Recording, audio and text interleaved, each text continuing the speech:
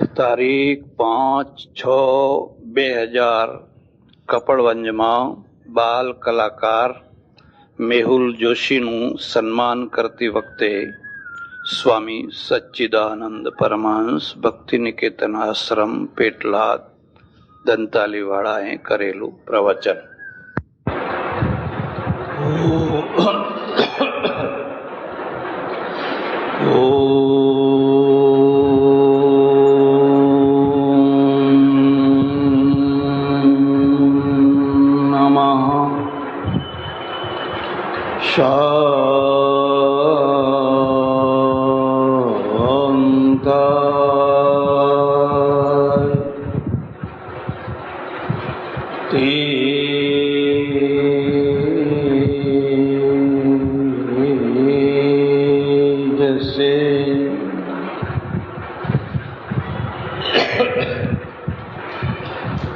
કપડવન નગરપાલિકાના પ્રમુખ શ્રી,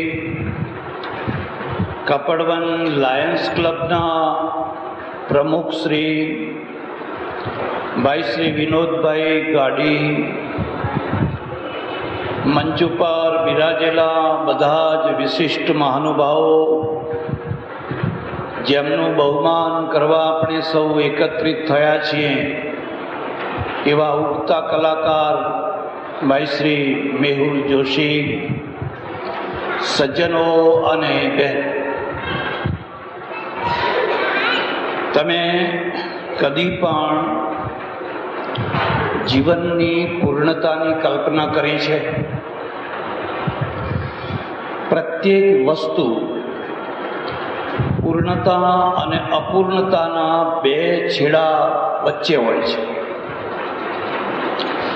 આ રૂમાલ પૂર્ણ પણ છે અને અપૂર્ણ પણ છે. જો એની જગ્યાએ પૂરેપૂરું કામ કરતો હોય તો એ પૂર્ણ છે, પણ જો એમાં કંઈ ખોડ હોય, અધૂરાપણું હોય તો એ અપૂર્ણ છે. આમ આપણી દાર્શનિક દૃષ્ટિએ પૂર્ણ માત્ર પરમેશ્વર છે, પણ પરમેશ્વર સિવાય પણ પ્રત્યેક વસ્તુ એના પોતાના સ્વરૂપમાં પૂર્ણ અને અપૂર્ણના વચ્ચે રહેતું હોય છે. તમે જીવન વિશે કદી કલ્પના કરી કે જીવનની પૂર્ણતા એટલે શું અને જીવનની અપૂર્ણતા એટલે શું? આપણે ત્યાં 4 ઉપવેદ છે, 4 વેદ છે અને 4 ઉપવેદ છે. આ 4 ઉપવેદનું એક સાથે જેના જીવનમાં પૂરેપૂરું સંકલન થયું હોય એ જીવન પૂર્ણ છે.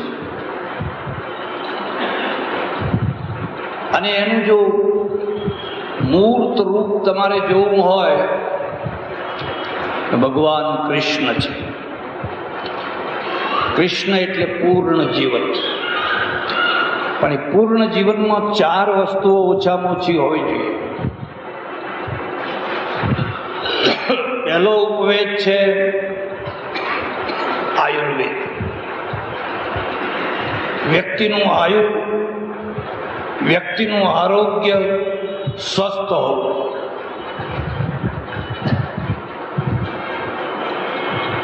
આખી દુનિયા ઉપર નજર નાખો, સારામાં સારી આરોગ્યવાળી પ્રજા કઈ છે? લાંબુ જીવનારી અને સારી રીતે જીવનારી પ્રજા કઈ છે? અને જો તમે આ શોધી શકો તો તરત જ પ્રશ્ન કરો કે એ પ્રજા કેમ એવી છે? ભારત જ્યારે આઝાદ થયું ત્યારે અહીંનું સરેરાશ આયુષ્ય 35-37 વર્ષનું હતું. આજે વધીને એ 60-62-65 વર્ષ સુધી પહોંચ્યું. 1947માં સરેરાશ 37 વર્ષનું આયુષ્ય. આખી દુનિયા ઉપર નજર નાખો. બહુ સારું થયું કે ઘરે ઘરમાં ટીવી આવ્યું. હું ટીવીનો વિરોધી નથી,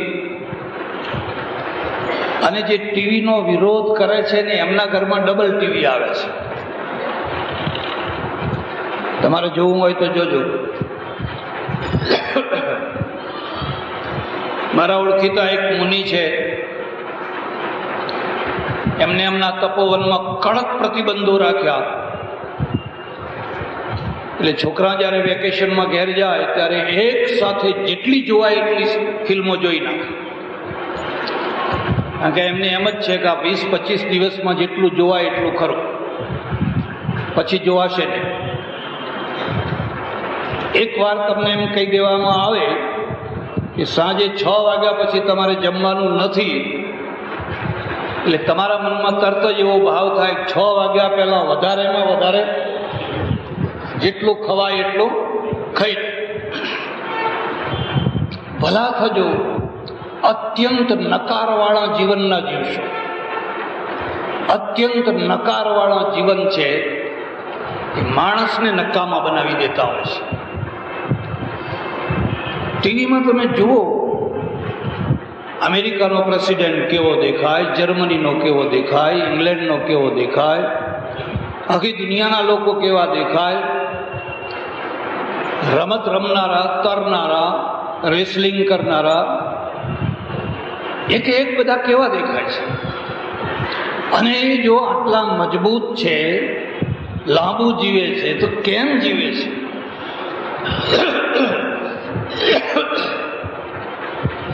શું કારણ છે? આપણે રેજી પેજી થઈ ગયા, જોકે હવે સારા થઈ ગયા છે. છેલ્લા 30-40 વર્ષમાં થોડું પરિવર્તન આવ્યું છે. બાકી પહેલાં તો હું ઘણીવાર લોકોને કહેતો કે ભારતમાં અને ભારતમાં ખાસ કરીને ગુજરાતમાં એક્સરે મશીનની જરૂર જ નથી. આમ ડગલું ઊંચું કરો એટલે એક્સરે તૈયાર જ છે. બધું જોઈ લો ને, હાડકે પાડકે, હાડકે હાડકા, પાંસળે પાંસળા બધા જોઈ લો. એમાંય ગુજરાત દાળ પાતળી, રોટલી પાતળી, ચા પાતળી, આટલો કપ ચા, 1 રોટલી 2 રોટલી. હવે આ રેજી પેજી પ્રજા ઇતિહાસનું નિર્માણ કેવી રીતે કરે? એક બીજો મુદ્દો યાદ રાખજો. અધ્યાત્મને અને આરોગ્યને સંબંધ છે. બીમાર અધ્યાત્મ એ ખોડેલું અધ્યાત્મ છે. ઋષિઓ આરોગ્યવાળા છે. વ્યાસ, વશિષ્ઠ, કપિલ, કણાદ, ગૌતમને તમે જુઓ તો સુંદર આરોગ્યવાળા છે. તમે એમ સમજો કે તમારા હાડકે હાડકા દેખાતા હોય ને તમે સાક્ષાત્કારી થઈ ગયા,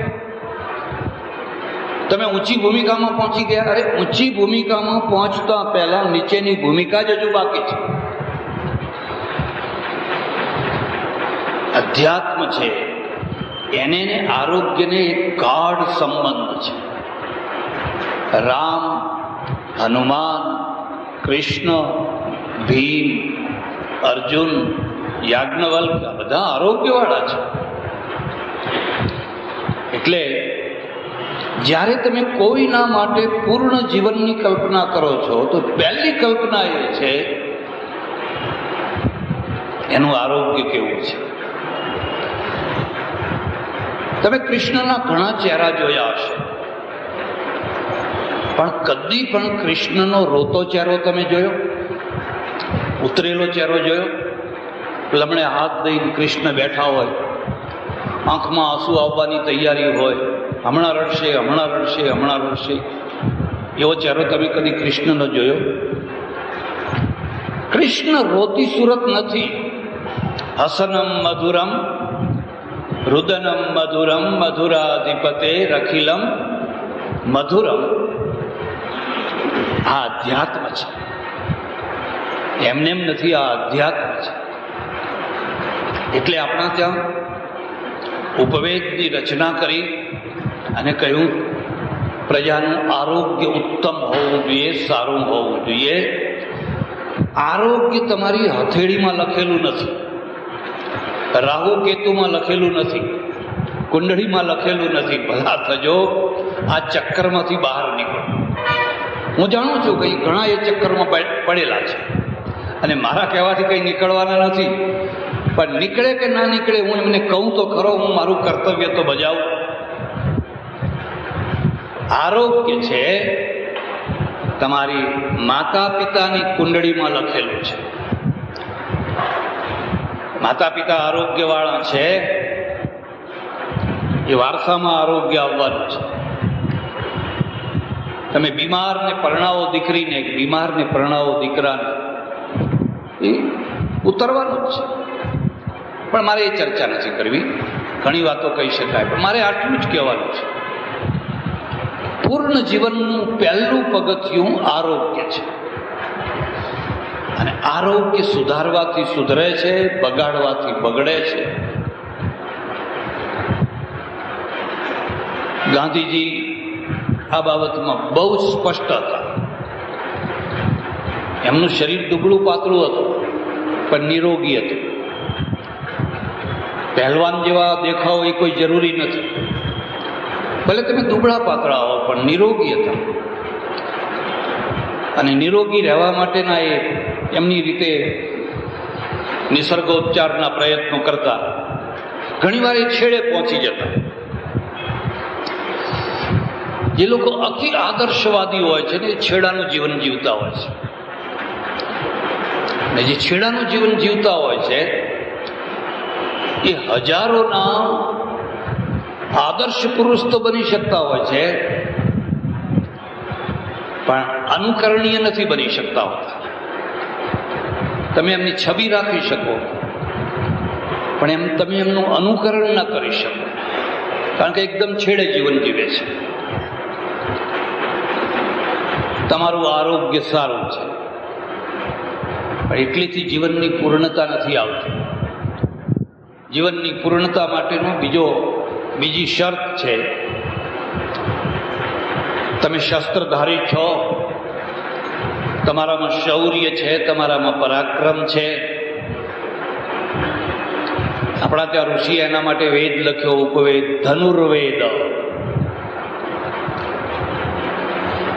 અર્જુન છે એના હાથમાં શસ્ત્ર છે, ભીમના હાથમાં શસ્ત્ર છે, કૃષ્ણના હાથમાં, રામના હાથમાં, પરશુરામના હાથમાં શસ્ત્ર છે.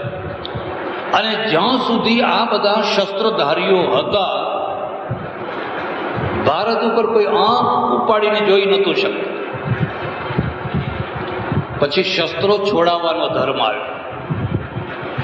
શસ્ત્રો છોડો, શસ્ત્રો છોડો, શસ્ત્રો છોડો.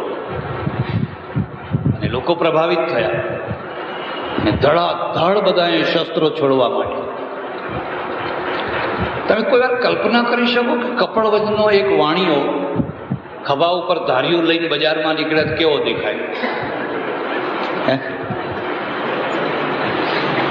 કમર ઉપર તલવાર બાંધીને નીકળે કેવો દેખાય? લોકો કે મગજ ખસી ગયું છે શું? અરે અરે મગજ ખસી ગયું છે શું? આ શસ્ત્ર છોડેલી પ્રજા છે. આ શસ્ત્ર પ્રત્યે એલર્જી કરાવેલી પ્રજા છે. અને હવે તમે એવી ઈચ્છા રાખો કે ભારતનો ડંકો દુનિયામાં વાગે, ખોટી વાત છે. કદી ના બની શકે. તમે જ્યારે પણ કોઈ ધર્મ વિશે મૂલ્યાંકન કરવા બેસો, એ ધર્મનું એટલું પણ મૂલ્યાંકન કરવાનું કે એ ધર્મ શૌર્યનું કેટલું ઉત્પાદન કરે છે. અને જો એ શૌર્યનું 0 ઉત્પાદન કરતો હોય તો બાકી બધી રીતે ગમે એટલો સારો હોય પણ એ ગુલામીની ભૂમિકા તૈયાર કરશે.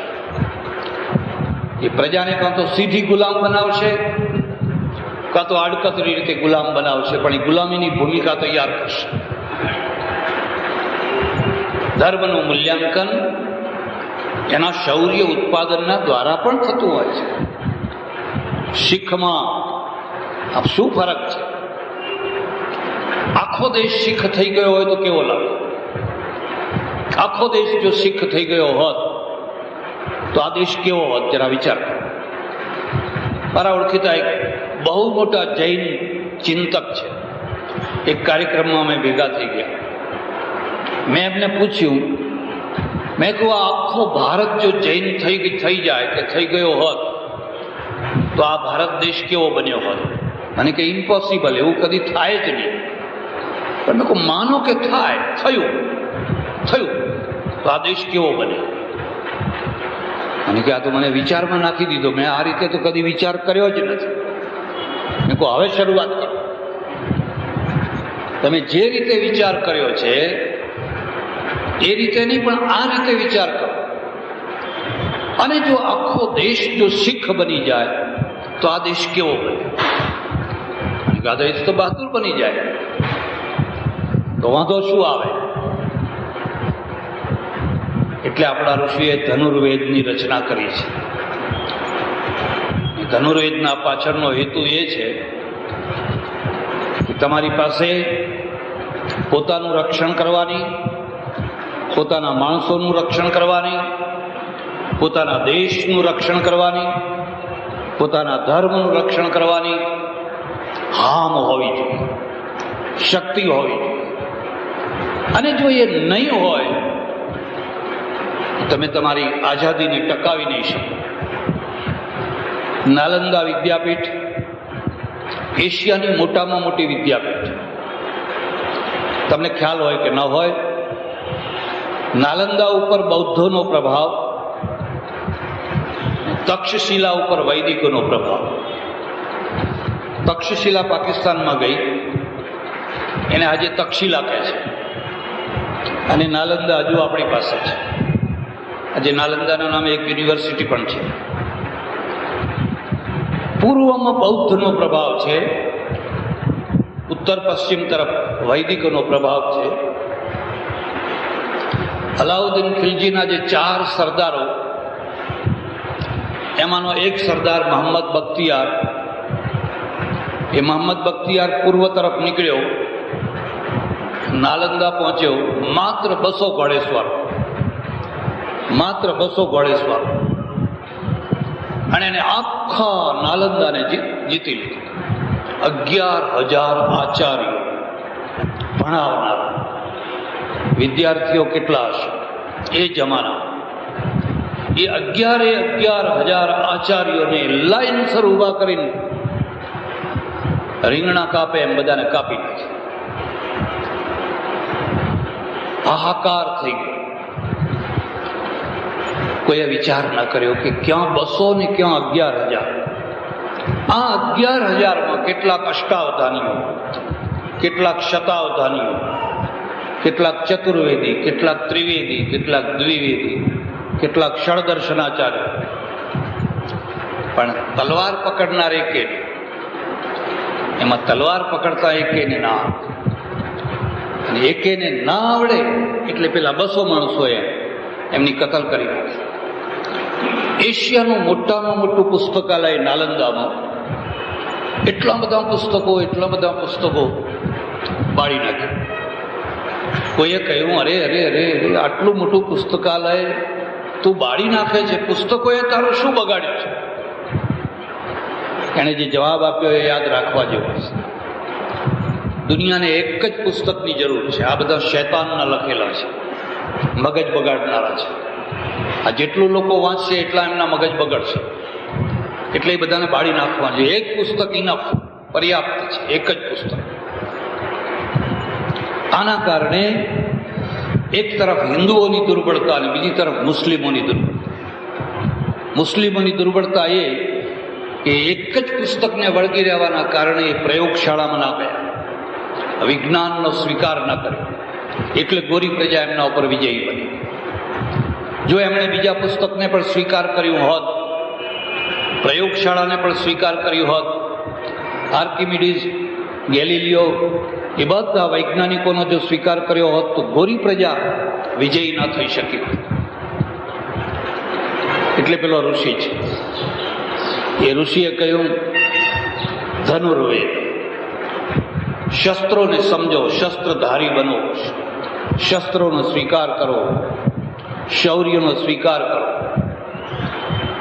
ધર્મ શૌર્ય ઉત્પાદક છે, અને શૌર્ય છે એ દુર્ગુણોને દૂર રાખનાર મહાશક્તિ છે. વીર પુરુષ ઇતિહાસનું નિર્માણ કરતા હોય છે. પછી રાણા પ્રતાપ હોય, ભામાશા હોય, કે કોઈ બીજું હોય, શૌર્ય છે, પણ એ ચર્ચા નથી કરતા.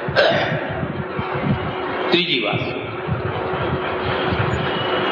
માણસની પાસે પૈસો હોવો જોઈએ. આપણે લક્ષ્મીના દુશ્મન નથી, પૈસાના વિરોધી નથી.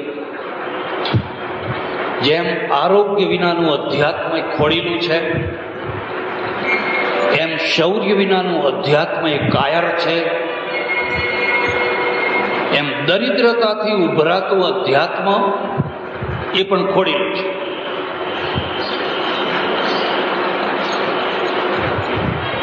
ઋષિ સંપત્તિ ઐશ્વર્યનો સ્વીકાર કરે છે. સ્વસ્તિ સામ્રાજ્યમ ભૌજ્યમ મહારાજ્યમ. એક પ્રજાના ઉપર લાઈટ, ઉતરેલા ચહેરા ના હોય, ફીકા ચહેરા ના હોય, સારા કપડાં પહેરેલા હોય. ક્યારે? જ્યારે એના ઘરમાં બે પૈસા હશે ત્યારે. તમે કદી રોજી વિનાના જુવાન માણસનો ચહેરો જોયો છે? એ ગમે એટલો રૂપાળો હોય તો ફીકો છે. પૈસો ચહેરા ઉપર લાઈટ લાવતો હોય છે.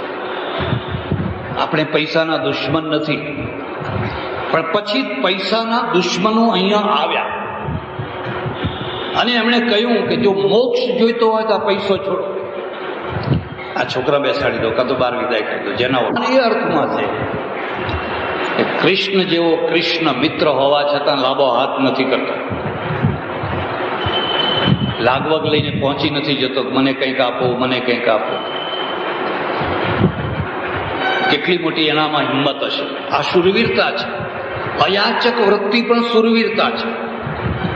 એ માણસનો સ્વભાવ છે. હળદર આપજો, જરા ખાંડ આપજો, મહેમાન આવ્યા થોડું દૂધ આપજો. વાટકી ફર્યા જ કરતી હોય, આખો દિવસ વાટકી ફર્યા કરતી હોય. અયાચકતા પણ એક બહુ મોટી વીરતા છે, શુરવીરતા છે. કે નહીં જાઓ, માગવા નહીં જાઓ. ભાઈ ગોરાણી એવી ને પાછળ પડી ગઈ, જાઓ જાઓ. આ છોકરા ભૂખે મરે છે. ભારતમાં જે સંતો થયા ને, મોટા ભાગે દરિદ્ર થયા. અને એનું એક કારણ એ કે એ ભજનો તો લખે, ભજનો ગાય ખરા, પણ મહેનત ના કરે. અને ત્યારે મહેનતથી પૈસો આવતો હતો. હવે ભજન ગાવાથી પૈસો આવે છે. હવે તો તમે સારા ભજન ગાવ તો ઢગલા કરી શકો. મહેનત કરનારને ના મળે એટલું તમે પેદા કરી શકો. જો સારી સપ્તાહ આવડતી હોય અને બધું જમાવતા આવડતું હોય તો. પણ પહેલાં એવું નહોતું. એટલે આ બિચારા બધા ગરીબ, અને જેનો પતિ ગરીબ હોય એની પત્નીને મોટા ભાગે હંમેશા દાંતિયા કરવા પડે. કશું ઘરમાં હોય ને, મહેમાન લઈ લઈને આવ્યા કરે. 2 કપ ચા આવવા દે છે, પણ દૂધ આવ્યું હોય તો ચા આવવા દે. 2 જણા જમનારા છે, પણ જમનારા છે, રસોઈ ક્યાંથી કરે? અને પછી ઓચિંતાનું કંઈકથી સીધું આવી જાય એટલે કે મારા વાલાએ મોકલ્યું. જો આવ્યું કે ના આવ્યું? વાલાએ તો મોકલ્યું, બરાબર છે, પણ તું મહેનત કર ને. અધ્યાત્મ છે એને દરિદ્રતાને ભેગી ન કરો. હા, અનિવાર્ય સ્થિતિમાં કોઈને થવું પડે એ વાત જુદી છે. પણ જ્યારે આપણે એક લોટ તૈયાર કરીએ છીએ અને એને ગૌરવ આપીએ છીએ, ત્યારે આપણે જાણે અજાણે પણ અધ્યાત્મને ખોડીલી બનાવીએ છીએ. હું ઘેરથી નીકળ્યો ને પૈસો નહીં અડવો એવો નિયમ લીધો. પૈસાને અડવું જ નહીં. જોડા પહેરવાનું, ગળ્યું ખાવું નહીં, ઉઘાડા પગે ફરવું, કડકમાં કડક નિયમો. અને જ્યાં જવું ત્યાં એટલું માન મળે, એટલું માન મળે. અરે આવો ત્યાગી તો કોઈ માણસ જોયો જ નથી. પણ હું પરાધીન થઈ ગયો, હું લાચાર થઈ ગયો. એક પોસ્ટકાર્ડ જોતું હોય તો એક પોસ્ટકાર્ડ લાવી આપજો, ફલાણું લાવી આપજો, ફલાણું લાવી આપજો. લોકો લાવી આપે, એવું નહીં ના લાવી આપે. પણ મારા મનમાં રહી રહીને થયા કરે કે આ કેવો ત્યાગ કે મારે લોકો આગળ લાચાર થવું પડે. ત્યાગ સ્વાવલંબી હોવો જોઈએ. પરાવલંબી ત્યાગ છે એના કરતાં સ્વાવલંબી ત્યાગ ઘણો મોટો છે. જ્યાં તમે તમારું પોસ્ટકાર્ડ લાવી શકો, તમે તમારા કપડાં લાવી શકો, તમે તમારું અનાજ લાવી શકો, તમે તમારા રેલવેની ટિકિટ લઈ શકો. લાવજો ભાઈ જરા, આપજો ભાઈ જરા. હું પૈસા નથી અડતો, હમ પૈસે કો નહીં છૂતે. આજે પણ એવા ઘણા લોકો છે જે પૈસાને પકડતા નથી, પણ પૈસાદારને હવે પકડે છે. પૈસો નહીં પકડવાનો, પણ પૈસાદારને પકડવાનો. ભલા થવા બ્રહ્મથી નીકળો. આને ને અધ્યાત્મને કંઈ લેવા દેવા નથી. અધ્યાત્મ તો ભામાશાની પાસે છે, જનકની પાસે છે, ગાંધીની પાસે છે, જે કરોડો રૂપિયાના ટ્રસ્ટો ચલાવે છે, પણ એમાંથી એક પૈસો ખોટા કામમાં વાપરતો નથી, એક ખોટું બિલ નથી, માલિક થઈને વ્યવહાર નથી કરતો. એ અધ્યાત્મવાદી છે. એટલે એક ઉપવેદની રચના કરી. એ ઉપવેદનું નામ છે અર્થવેદ. ચાણક્ય. અથર્વવેદનો અર્થવેદ. કેટલું અજબ ગજબનું એમાં લખ્યું છે. એણે કહ્યું છે કે વિત્ત મંત્રી છે, ખજાનચી છે, એ સંન્યાસીના કમંડળ જેવો હોવો જોઈએ. ઉપમા આપી છે. સંન્યાસીનું કમંડળ કેવું હોય? એમાં પાણી ભરવું હોય તો બહુ જલ્દી ભરાઈ જાય, પણ ભરેલા પાણીને જો કાઢવું હોય તો બહુ ધીમું ધીમું નીકળે. ટોટીમાંથી ધીરે ધીરે ધીરે ધીરે ધીરે ધીરે નીકળે. હવે અત્યારે ઉલટું થઈ ગયું છે. પેલી ટોટીમાં આવક છે અને આ બધું મોઢું છે એ જાવક છે. દુષ્કાળ પડ્યો કે બસ વાપરો જ વાપરો. ઘણા લોકો તો ઈશ્વરને પ્રાર્થના કરે છે, હે મારા નાથ, બીજા ત્રીજા વર્ષે પણ દુષ્કાળ આપજે તું, કારણ કે એ દુષ્કાળમાં અમારો સકાળ છે, લીલા લહેર છે. વાઉચરો જ વાઉચરો, વાઉચરો જ વાઉચરો, વાઉચરો જ વાઉચરો. વિકાસ થશે કેવી રીતે? કે આપણે પછી ક્યાં રહેવાનું છે? જે આવશે એ જોશે. આપણે તો હમણાં વર્ષ બે વર્ષમાં વિદાય થવાના છે. મને ખબર નથી નગરપાલિકાની શું સ્થિતિ છે, બાકી મોટા ભાગે હું કોઈ પણ નગરમાં જાઉં એટલે તરત જ ખાડાવાળા રસ્તા આવે. નગરની હદ શરૂ થાય ત્યાંથી જ ખાડાવાળા રસ્તા શરૂ થઈ જાય. ત્યાં સુધી સારા રસ્તા હોય. કારણ કે PWD વાળાએ બાંધ્યો હોય, સ્ટેટે બાંધ્યો હોય. નગરપાલિકાની હદ આવે, થીગડા મારવાના પૈસા ના હોય. ક્યાં ગયા પૈસા? આટલું મોટું બજેટ, અને આટલું મોટું બજેટ હોવા છતાંય કેમ આ નથી થતું? કારણ કે પગાર જ પગાર જ ચૂકવાતા નથી. એટલા બધા પગાર છે, પગાર ચૂકવી શકાતા નથી. કોઈ ગાંઠતું નથી. ક્યાં પહોંચ્યા છીએ આપણે? પેલો કહે છે તારી તિજોરી છલકાતી હોય, તારા ઘરમાં બે પૈસા હોય, તું બ્રાહ્મણ થયો એટલે યાચક થયો એવું નથી. ધનવાન, પુત્રવાન, લક્ષ્મીવાન, આયુષ્યવાન, વરદો ભવ, આખી જિંદગી આ જ બોલ્યા કરવાનું. અને એકે થયો, આટલું બોલ બોલ કર્યું છતાં એકે એમાંથી થયો ધનવાન, પુત્રવાન. અને એકવાર પોતાના માથા ઉપર હાથ રાખીને તો બોલ, બંધ કરવો. હવે પોતાના પગ ઉપર ઉભા થાય અને તમે જુઓ કેવી જિંદગીની મજા આવે છે. પ્રિન્સિપાલ બનો, પ્રોફેસર બનો, વકીલ બનો, ડોક્ટર બનો, ઉદ્યોગપતિ બનો, વેપારી બનો, જો કેટલી મજા આવે છે. એટલે એને અર્થવેદની રચના કરી અને રાષ્ટ્રને એકદમ ભૌજ્ય પદાર્થોથી ભરપૂર, તમારે જે જુએ એ માગો. પણ આ બધી તો મેં તમને નાની ભૂમિકા માત્ર કહી. મારે જે કહેવું છે ને, આટલું બધું હોય, તમારું આરોગ્ય સારું હોય, તમે શૂરવીર હો, તમારું કોઈ નામ ના લેતું હોય, આંખ ઊંચી ના કરતું હોય, તમારા ઘરમાં પૈસા છલકાતા હોય, પણ હજુ જીવનની પૂર્ણતા નથી આવી. જીવનની પૂર્ણતા માટે એક વસ્તુ ખૂટે છે, અને એ ઉપવેદનું નામ છે ગાંધર્વ વેદ. સામવેદનો ઉપવેદ ગાંધર્વ વેદ. આપણા ત્યાં ગાંધર્વો પણ છે. તમારે એમને જોવા હોય તો હિમાલયની યાત્રા કરજો. હિમાચલ પ્રદેશમાં લાહોલ, સ્પીતિ, જોનસાર, બાબર આ પ્રદેશ છે. મારી વાત જો માનો તો હું તમને કહું કે હવે 4 ધામ ને 68 તીર્થ બહુ કર્યા. હવે બાકીના ભારતને જુઓ. અરે જોવા જેવું છે. એકાદ વાર આંદામાન નિકોબાર, હિમાચલ પ્રદેશમાં, દૂર ત્રિપુરા, મેઘાલય, આ બધા પ્રદેશો જઈને જુઓ. ખરેખર તમને લાગશે કે આ ભારત છે. આવો ભારત છે. કેવો ગજબ ગજબનો ભારત છે. પણ આપણા પૂર્વજોએ જે નક્કી કર્યું એ જગ્યાએ આંટા મારીને ચોખા નાખીને ઘર ભેગા. ઘણી વાર ખબર ન હોય કયા દેવ છે કે કયા ધામમાં છે. ઘણી ડોશીઓ બસમાં કે ટ્રેનમાં જાય. હવે ટ્રેનો ઓછી થઈ ગઈ, બસો જ. તો પૂછીએ કે ક્યાં જઈ આવ્યા છે કે ચોપડીમાં લખ્યું છે. તો એ લખી આપજે, મને યાદ નથી રહેતું. એને ખબર ના હોય કે રામેશ્વરમ કે મદુરાઈ કે શું છે. હવે બધું ઘણું જુઓ. આ પશ્ચિમના લોકો છે, ખાસ કરીને વિદ્યાર્થી અને વિદ્યાર્થીનીઓ છે, વેકેશનમાં 1.5 મણનો એક થેલો ઉપાડીને નીકળી પડે. 1.5-2 મણનું વજન પોતે જાતે ઉંચકે. એમને સમજવામાં આપણે બહુ મોટી ભૂલ કરીએ છીએ.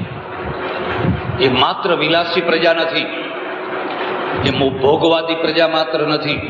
એ જેટલી મહેનત કરે છે એટલી આપણે નથી કરતા. એ જેટલી તિતિક્ષા સહન કરે છે એટલી આપણે નથી કરતા. એ કેટલા કષ્ટો સહન કરે છે. મારે બીજી વાર ઇટાલી જવાનું થયું. 2 કલાક રખડ્યા, એકે હોટલમાં જગ્યા ના મળે.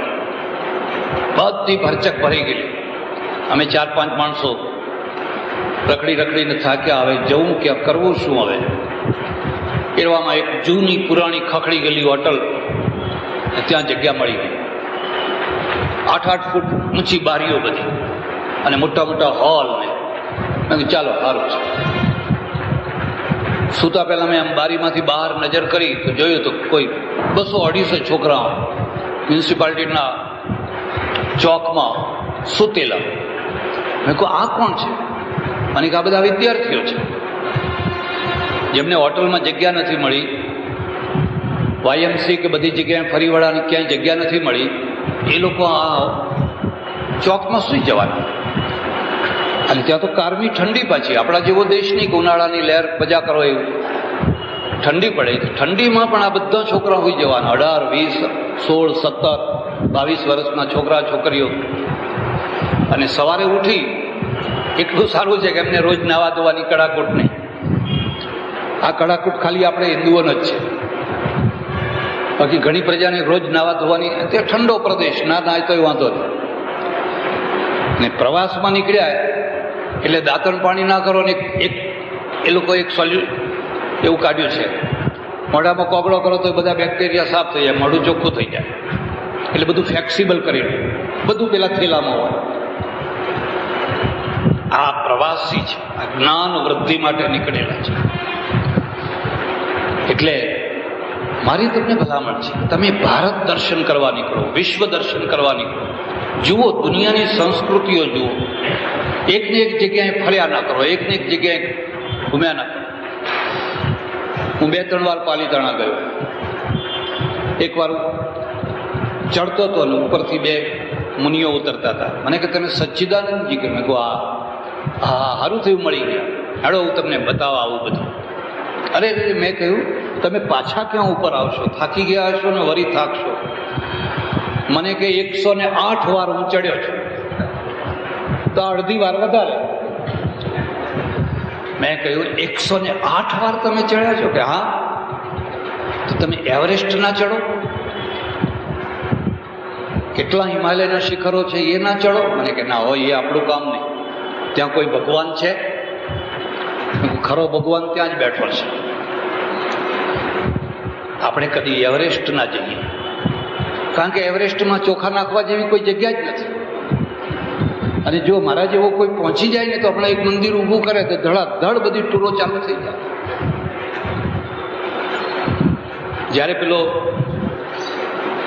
તેનસિંગ શેરપા ઉપર ગયો મારા આશ્રમમાં એક પટેલનો છોકરો આવે, બેકાર બિચારો, BA BEd થયેલો, નોકરી મળે નહીં, બેકાર. બેકાર માણસો આશ્રમોમાં વધારે આવે, એ શિબિરો વધારે કરે આશ્રમોમાં વધારે, કારણ કે બીજું કરે શું? પેલા બિચારા નવરા ના હોય, ના નવરા હોય, એટલે એમને ઉઠાડવા પડે કે હવે જાઓ, ઘેર જાઓ ભાઈઓ. પછી મેં કહ્યું તું રોજ અહીં ટીચાય છે, એના કરતાં તારા જેવા 10-20 છોકરાઓ ઊભા કર અને આ એવરેસ્ટ શિખર ઉપર જઈને ચડ ને, તો કંઈક ગુજરાતનું નામ રોશન થાય. મને કે ત્યાં શું દાટ્યું છે, ત્યાં તો ઓક્સિજન નથી. મને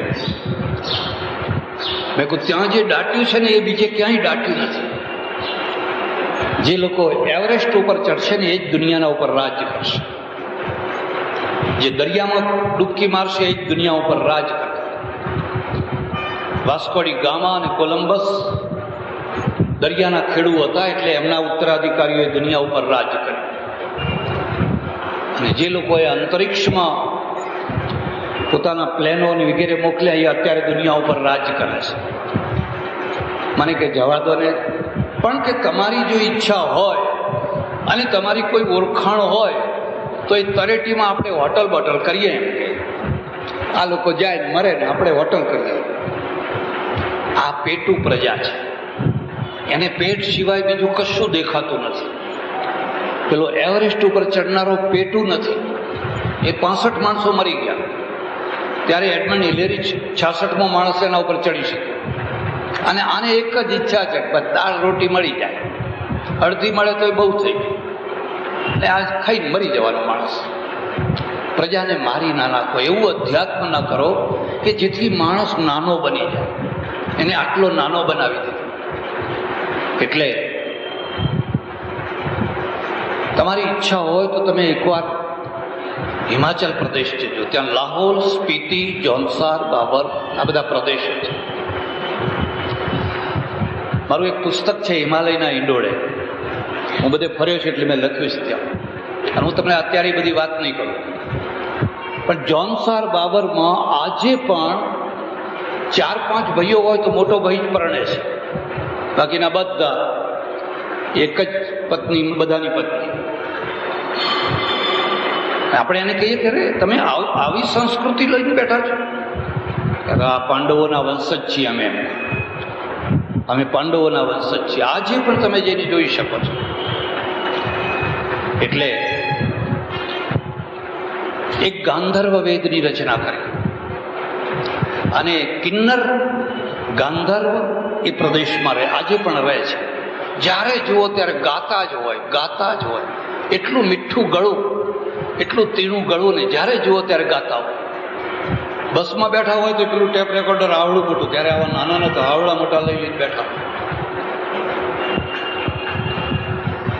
ગાંધાર વેદના 3 ભાગ કર્યા: સંગીત, સાહિત્ય, કલા. અહીંયા સંગીતની પણ આરાધના થઈ છે, અને ધર્મ છે એ સંગીત વિનાનું ના હોય. મહાદેવ સંગીતકાર છે, નૃત્યકાર છે. તમે મહાદેવના ચિત્રો જોયા છે? એક મૂર્તિ, એક પ્રતિમા ચિદમ્બરમની એવી કે આખી દુનિયા ઉપર છવાઈ ગઈ. નટરાજ કેટલી ભંગીમાઓ. એની કદર પેલા પશ્ચિમના લોકોએ કરી, પછી આપણે કહી આ તો અમારી. એમ તમે ચિદમ્બરમ જોજો, ચિદમ્બરમની આ મૂળ પ્રતિમા ત્યાં નટરાજ છે. મહાદેવ ગાય છે, મહાદેવ વગાડે છે, મહાદેવ નાચે છે. કૃષ્ણ ગાય છે, કૃષ્ણ વગાડે છે, કૃષ્ણ નાચે છે, કૃષ્ણ નચાવે છે. તમે કોઈ આદિવાસી ક્ષેત્રમાં જજો, આદિવાસી માણસ છે એને લાખ રૂપિયા આપો, પણ હોળીના ટાઈમમાં એ નાચવા જવાનો ને જવાનો જ લાખ રૂપિયાને લાત મારી. રોજ નાચે છે, આદિવાસીઓ રોજ નાચે છે, આખી દુનિયા નાચે છે. આપણે વાણિયા બ્રાહ્મણ ના નચાય, નાચ જોવાય નહીં. તમે કદી વાણિયાને નાચતા જોયા? કે 100-200 વાણિયા ભેગા થયા હોય, વિનોદ ગાડી બધાને આમ તાલીઓ પાડીને નચાવતા હોય, અરે કે આબરૂના કાંકરા કરી નાખ્યા, આબરૂના કાંકરા કરી નાખ્યા. બ્રિટનની મહારાણી નાચે, અમેરિકાનો રાષ્ટ્રપતિ નાચે, કોઈ વાંધો ના આવે. પણ આપણાથી નચાય તો નહીં. પણ હું લંડન ગયેલો અને આપણા જે હાઈ કમિશનર એમના ત્યાં એક કાર્યક્રમ રાખેલો, બહુ સરસ કાર્યક્રમ રાખેલો. તો એક નાની સરખી છોકરી 10-11 વર્ષની, એણે એક શરૂઆતમાં નૃત્ય પ્રસ્તુત કર્યું. એટલું બધું સુંદર નૃત્ય, તમે જોયા જ કરો, મુગ્ધ થઈ. પણ બધા મોટા મોટા શેઠિયાઓ બેઠેલા, ડાચા ચડાવીને બેઠા, એકેના ચહેરા ઉપર જરાય હાસ્ય નહીં. પછી મેં એમને બરાબર ખંખેર્યા, કારણ કે આપણે કઈ સારંગી વગાડવા તો જન્મ્યા નથી. મેં કહ્યું, આટલી એક 10-11 વર્ષની છોકરી આટલું સુંદર ભગવાન શિવનું તાંડવ નૃત્ય રજૂ કરી રહી છે ને તમને 2 તાલી વગાડતા નથી આવડતું, કે એક થોડુંક હસતા નથી આવડતું, તમે એને દાદ નથી આપતા. એટલે ભરતુરીને કહેવું પડ્યું, સાક્ષાત પશુ પુચ્છ વિષાણહીના. તમારી પાસે પૈસો તો હશે, એની ના નહીં, પણ તમારી પાસે ગાંધર્વ વિદ્યા નથી. એટલે સંગીત એની આપણા ત્યાં બહુ મોટી આરાધના કરે. અને મારું તો એમ માનવું છે ને કહેવું છે, હવેલી સંગીત સાંભળજો. વૈષ્ણવોએ સંગીતનો સ્વીકાર કર્યો અને હવેલી સંગીત છે એ તમે સાંભળજો. જો કે હવેલી સંગીતમાં કાંસીઓ એટલી વગાડે, કેટલી કાંસીઓ વગાડે, કાન ફૂટી જાય. અતિરેક કરી દીધો અને એના કારણે એ લોકભોગ્ય ના બન્યું. એ લોકો સુધી પહોંચી ન શક્યું. ત્યાં 2-4 લાખ પગારદાર માણસો હોય ને જોડે રાખતા હોય કાસા, અને જે દર્શન કરવા આવતા હોય એમને ખબર ના હોય કે આ કેદારો ચાલે છે, મલ્હાર ચાલે છે, જે ચાલતો હોય એ ભલા ને એનો પગાર ભલો, અને જે બાંધી આપ્યું હોય લે. દક્ષિણ ભારતમાં જજો, જે કર્ણાટક સંગીત છે એ કર્ણાટક સંગીતનું આખું રિધમ છે. અને એક વાર તમારા મગજમાં જો એ રિધમ બેસે ને પછી તમે માથું હલાવ્યા વિના રહી ન શકો.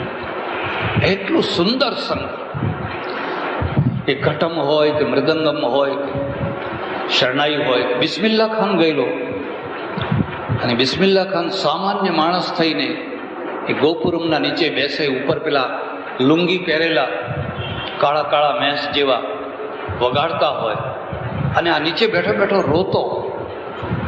અને હજારો માણસો દર્શન કરવા જતા હોય ને આવતા હોય, એમને લે દેવ ચોખા, લે દેવ ચોખા. આ તો એને કલ્પના જ નથી. એક માણસે પૂછ્યું કે તમે કેમ રડો છો અહીં બેઠા બેઠા? કે છે હું એટલા માટે રડું છું કે આ સારું થયું કે આ લોકો બહાર સ્ટેજ ઉપર ના આવ્યા અને આ મંદિરના ચોકઠામાં જ જડાઈ ગયા. જો આ લોકો બહાર સ્ટેજ ઉપર આવ્યા હોત તો ભારતમાં બિસ્મિલ્લા ખાનની જગ્યાએ આમનું નામ હોત, આમનો જય જયકાર. બિસ્મિલ્લા ખાનનો નામ. બિસ્મિલ્લા ખાન સ્ટેજ ઉપર આવ્યા, બગીચામાં ઘણા ફૂલ ખીલ્યા, પણ 1-2 ફૂલ જ ભગવાન સુધી પહોંચે, રાજા સુધી પહોંચે, કોઈ અંબોડા સુધી પહોંચે ને કોઈ કબર સુધી પહોંચે. બાકી કેટલા તો તેને તો ખરીને કરમાઈ ગયા, સારામાં સારા ખીલેલા કરમાઈ ગયા. આનું નામ જ નસીબ છે, આનું નામ જ પ્રારબ્ધ છે. એનામાં કોઈ કમી નથી. ભીલ ભીલ દિવાળી બેન ભીલ, દિવાળી બેન ભીલ ગાય, લોકો ગાવા લઈ જાય, ગાય 2, 5, 10 રૂપિયા આપે, વર્ષો સુધી ગાતી રહી. એક વાર એને ઝવેરી મળ્યો ને એને કહ્યું, ઓ આને સ્ટેજ સુધી પહોંચાડો. સ્ટેજ સુધી પહોંચાડી પદ્મશ્રીનો ઇલકાબ, પદ્મશ્રીનો ઇલકાબ. હીરો ખાણમાં પેદા થાય છે, પણ એની કિંમત તો મુંબઈમાં થાય છે, ઝવેરીના ત્યાં થાય છે. જો એ ખાણમાં ને ખાણમાં રહી જાય તો એ કોડીનો છે. ત્યાંના જે માણસો છે એ તો કાગડા ઉડાડવાના કામમાં લે, પથ્થરો છે. એની કિંમત તો મુંબઈ થતી હોય છે. એમ ભારત છે, એ ભારતનું પણ એક સંગીત છે અને ગજબનું સંગીત છે. અને હું તમને એ પણ કહી દઉં કે અત્યારે જે ભારતીય સંગીત છે એ સંગીતમાં સૌથી વધુમાં વધુ જો મોટામાં મોટું યોગદાન હોય તો મુસ્લિમોનું છે. ઉત્તર ભારતનું જે સંગીત છે, જે આપણે બધા જે ગાઈએ છીએ, એમાં સૌથી મોટામાં મોટું યોગદાન છે એ મુસ્લિમોનું છે.